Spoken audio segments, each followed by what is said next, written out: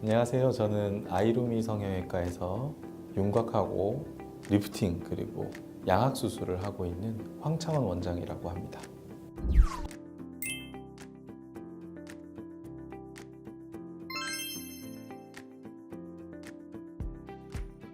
안면 윤곽이라고 하면 얼굴 전체의 윤곽을 말하는데 그 윤곽을 변화시킬 수 있는 수술이면 모두 안면 윤곽 수술의 범주에 들어갑니다. 근데 이제 축소만을 많이 생각하시는데 경우에 따라서는 확대하는 거, 뭐 지방으로 넣을 수도 있고 보형물로 넣을 수도 있고 필러로도 넣을 수 있습니다. 이거 모두 안면 윤곽 수술입니다. 또한 그 리프팅, 처진 살을 당겨서 윤곽을 변화시키는 것도 넓은 범주의 윤곽 수술이라고 부를 수 있겠습니다. 양악 수술 또한 안모를 변화시켜서 윤곽을 바꿔주기 때문에 이것도 안면 윤곽 수술이라고 볼 수 있습니다.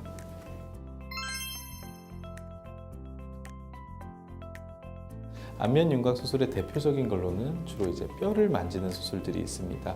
연부 조직, 살이나 근육으로 불가능한 경우에 광대 축소술이 있을 수 있고 사각턱 수술이 있을 수 있고 그리고 앞턱에 대한 수술이 있을 수 있습니다. 또한 그 입체감을 주기 위해서 미용적 목적의 양악 수술을 줄 수도 있고 교합 부전인 경우에는 기능적 목적의 양악 수술이 있을 수 있습니다. 양악 수술을 하면서도 윤곽 수술, 광대나 사각턱 그리고 앞턱 수술을 같이 시행을 함으로써 보다 미용적으로 바람직한 모습으로 바꿔주고 있습니다.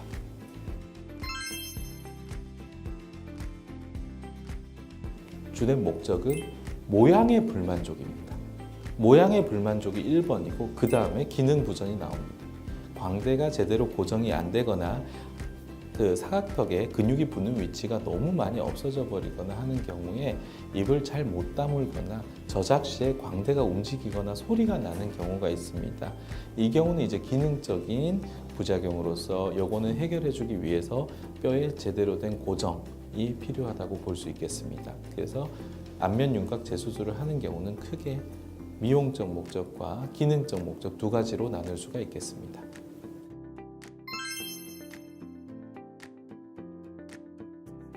정상적으로 뼈는 한번 골절이 되면 붙는 데 걸리는 시간이 2달은 걸립니다. 그 붙는다는 기준은 일상생활을 견딘다. 정상 강도를 100이라고 했을 때 30%까지 돌아오는 시점을 말합니다. 이 시점이 지나야 우리가 보통 먹는 거, 좀 단단한 것을 먹을 수 있는 시기가 옵니다. 그래서 윤곽 수술 후 6주에서 8주까지는 아무리 입을 잘 벌릴 수 있어도 딱딱한 걸 씹으시면 안 됩니다. 그리고 뼈가 낫는 속도보다는 인대와 근육이 낫는 속도가 2배 이상 빠릅니다. 그래서 본인은 뼈가 튼튼한 줄 알고 자유롭게 지내시게 되는데 항상 무슨 수술을 받든 많이 줄이든 작게 줄이든 절골이 일어나면 2달간은 큰 걸 드시는 걸, 크고 질기고 딱딱한 걸 드시는 거를 자제해야 됩니다.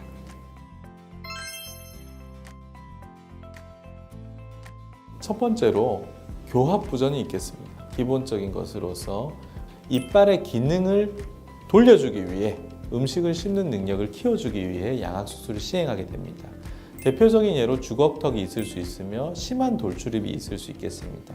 두 번째로는 흔히들 여러분들이 기대하고 계시는 미용적 목적의 양악 수술이 있습니다.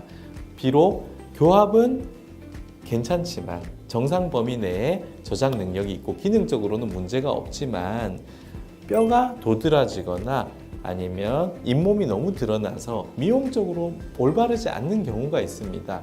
이 경우에 양악 수술을 함께 시행해 주게 되면 그 윤곽 수술의 한계를 넘어선 보다 미용적으로 바람직한 얼굴 모양을 만들 수가 있습니다.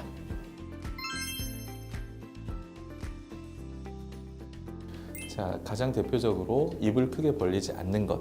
두 번째로는 그 강한 근육에 힘을 줄 수 있는 강한 운동 또는 과격한 운동, 충격은 피해야 되겠습니다. 물론 술, 담배 조심하셔야 됩니다. 특히 혈액순환을 저해할 수 있는 흡연 행위는 1달 이상은 금지를 하시는 게 좋겠습니다. 또한 술 같은 경우에는 우리가 이제 1주, 2주가 지나면 드시던 약을 중단을 할 수가 있는데요. 그 이유로는 신체적으로, 간적으로는 드셔도 무방하지만 또 만취 상태에서 낙상을 입는다든지 시비가 붙어서 다치신다든지 그래서 다시 오는 경우가 간혹 있습니다. 그래서 술도 역시 뼈가 단단해지는 시기까지는 조금 자제해주는 의지가 필요하겠습니다.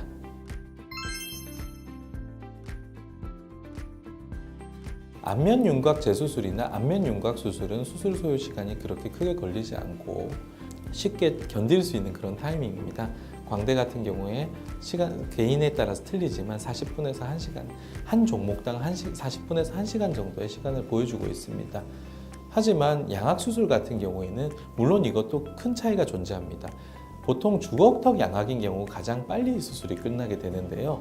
양악 수술 단독은 2시간 반에서 3시간이면 양악 자체는 끝나게 됩니다.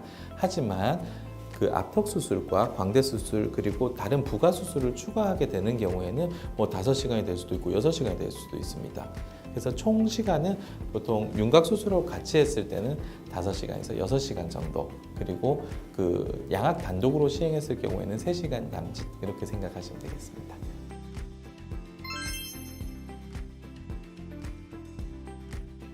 윤곽 수술을 한 경우에는 입원은 하루 정도 생각하시면 됩니다. 이제 퇴원 후에 이틀에 한 번 정도 오게 되고 그걸 2번 거치게 되면 실밥을 풀게 됩니다. 그러면 더 이상의 주사 치료가 필요 없는 상황이 됩니다.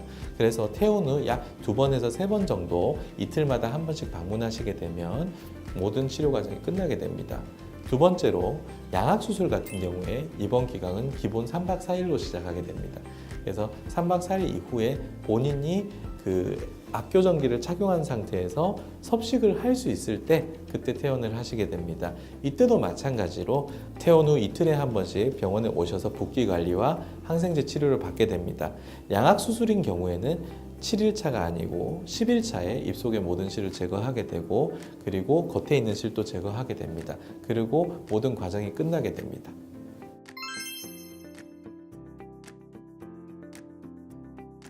사례자 소개해 드리겠습니다.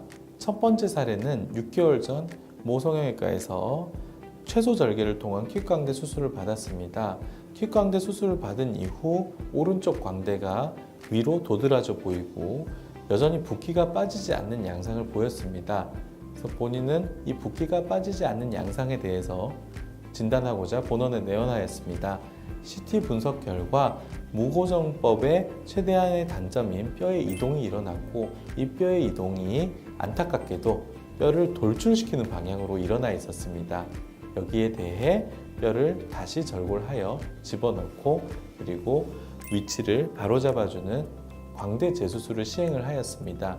또한 턱이 기존에 길고 비뚤어져 있던 것에 대해서는 1차 수술로 긴곡선 사각턱 절제술과 앞턱 수술을 시행을 하였습니다. 두 번째 사례 보시겠습니다. 2년 전에 모 성형외과에서 3종 수술을 받은 환자입니다. 수술 이후 여전히 광대가 도드라져 보이고 턱이 약간 더 긴 양상을 보여주고 있었습니다. 광대가 도드라진 데 대해서는 이전 수술이 잘못되어 있진 않았습니다. 그러나 좀 효과가 작은 방법으로 되어 있었고 얼굴이 납작한 스타일이기 때문에 소위 말해서 두상이 크다고 표현하는 얼굴형이기 때문에 보다 눈뼈에 근접하여 수직으로 세워서 수술하는 하이엘이라 불리는 L절골법을 통해 더 많은 효과를 드리게 되었습니다.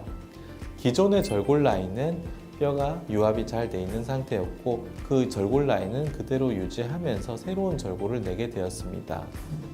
이전 수술에서 옆광대, 뒷광대 부분에 핀을 고정하면서 뼈가 떨어져 있는 부분이 발생해 있었습니다. 구조적 안정성을 주기 위하여 앞턱 수술에서 남은 뼈를 이용하여 뼈 이식술을 병행해 주었습니다.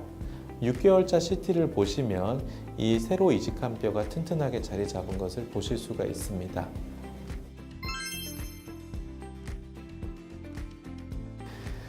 안면윤곽 재수술을 선택할 때 여러분들 얼마나 힘드신지는 알고 있습니다. 병원에 대한 기본적인 신뢰가 무너진 경우도 있고 겪어봤기 때문에 얼마나 힘든지를 아실 겁니다. 다른 길을 찾으시는 것보다 만약에 윤곽 재수술을 통해서 본인이 원하는 목적을 이룰 수 있다면 윤곽 재수술을 선택하셔야 되겠습니다. 그 선택을 도와드리기 위해 저희 병원에서는 CT를 통한 정확한 진단과 또 다양한 재수술 사례자들을 보여드리고 있습니다.